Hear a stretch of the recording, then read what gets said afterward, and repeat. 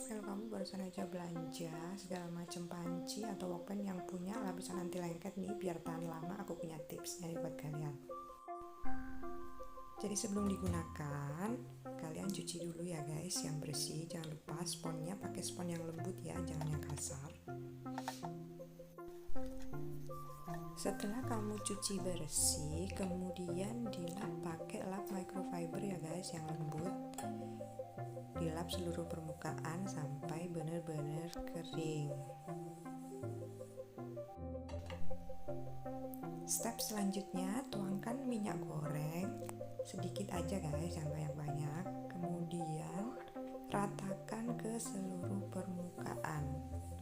Kalian bisa pakai kuas, bisa pakai tisu atau pakai tangan aja, yang penting rata di seluruh permukaan ya guys.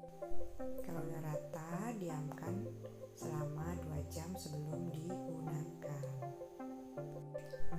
Untuk tips yang kedua, jangan sekali-kali kalian kalau mau manasin di kompor dalam keadaan kosong ya pancinya.